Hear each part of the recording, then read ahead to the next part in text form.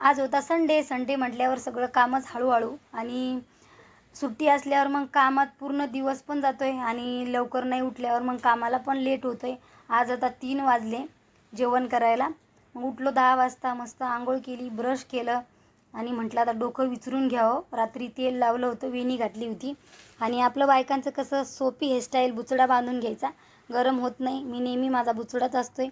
थोडा lip balm लावून घेतला. लिप बाम लावून झाल्याच्यानंतर म्हटलं आता चहा प्यायल्याशिवाय तर काम सुचणार नाही. मग चहा पण बनवून घेतली. चहा बनवून झाल्याच्यानंतर मस्त पिऊन घेतली. मुलाला दूध दिलं. मुलांनी दूध आणि बिस्किट खाल्लं आणि मी एकटीच पिते चहा, तर माझ्यासाठी कप भरून चहा बनवली. मस्त चहा पिऊन घेतली. म्हटलं आता कामाला सुरुवात करायची. जरा डोकं जरा फ्रेश होतं आहे चहा प्यायल्याने. माझं तर होतं आहे. मिस्टर काही चहा पित नाही. मला भरपूर असं टाईम बोलतात की तू चहा पिऊ नको, चांगली नसती. पण आता आदतचे मजबूर. आदत लागल्यामुळं कसं चहा जर नाही पिली ना डोकं असं जडजडच असते. मग पेल्यावर जसं बरं वाटतंय. म्हटलं आता पटकन अशी भाजी बनवून घ्यावं. सोपीच बनवली होती. मग कांदा कापून घेतला पटापट. म्हटलं आता टाईम पण झाला आहे आणि लवकर जर नाही आवरलं तर मग लेट होतं जेवायला लय.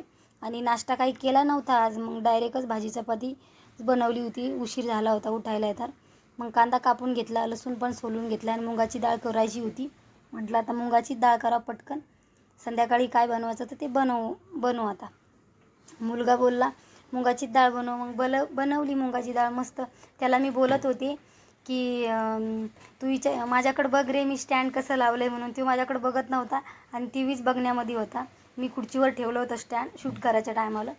मग कढई ठेवली गॅसवरती. कढईमध्ये तेल टाकलं, बारीक चिरलेला कांदा, कट केलेला लसूण, मग लाल तिखट टाकलं, हळद टाकली, मस्त कोथिंबीर टाकली आणि पाणी टाकलं 2 गिलास.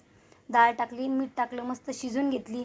मग जेवण करायचं होतं. मिस्टर आले ड्युटीवरून.